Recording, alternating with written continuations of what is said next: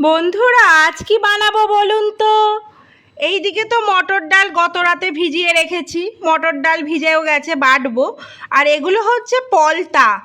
পলতা হচ্ছে পটল পাতা ও ডাল। এই পলতাকে ভিজিয়েও রেখেছিলাম, একটু নরম হবে। এবার কেটে বেটে নেব। মটর ডালও বাটবো, পলতাও বাটবো, নিয়ে বড়া করব। সুন্দর একটা চায়ের সাথে স্ন্যাক্স তৈরি হবে, দেখতে থাকুন। জানো তো, এই রান্নাটা আমার শাশুড়ি মায়ের থেকে শেখা। বেটে ফেললাম ভিজানো মটর ডাল, 4-5টা কাঁচা লঙ্কা দিয়ে বাটলাম, পলতা পাতাটা বাটলাম।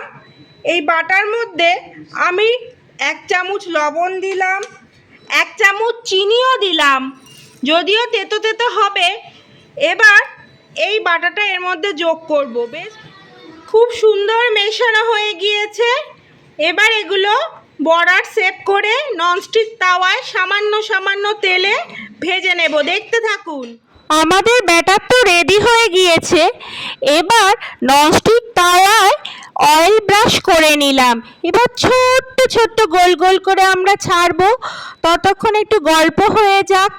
জানেন তো, আমার 2 ছেলে মেয়ে ধ্রুব এবং কুসুম এই পলতা পাতার বড়া খেতে খুব ভালোবাসে। একটু তেতো তেতো হয়, তবে ওরা তো তেতো খেতে অভ্যস্ত, ওদের খুব ভালো লাগে। মাঝে মধ্যে সন্ধ্যাবেলা এরকম ভেজে দিই, আমরা সবাই একসাথে লিকার চায়ের সাথে খাই। এই পুরনোপন্থী রান্নাগুলো যেন এখন হারিয়ে গিয়েছে।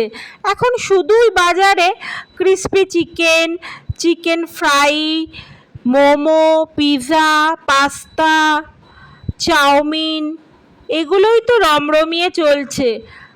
জানেন তো, আমাদের রান্না বান্না, খাওয়া দাওয়া, পোশাক পরিচ্ছদ, পুজো পার্বণ, এগুলো যদি আমরা আমাদের নেক্সট জেনারেশনকে ঠিকঠাক না চিনিয়ে দিয়ে গেলাম, তাহলে তো ধীরে ধীরে একটা সভ্যতা, একটা সংস্কৃতি বিলুপ্তির পথে এগিয়ে যাবে।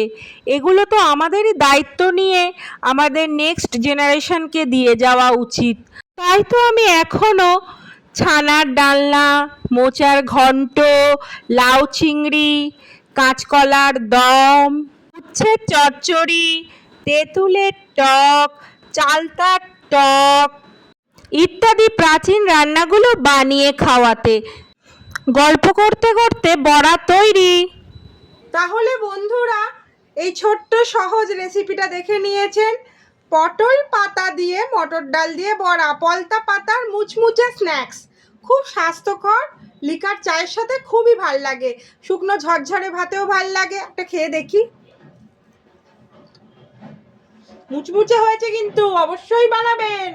ভালো থাকবেন।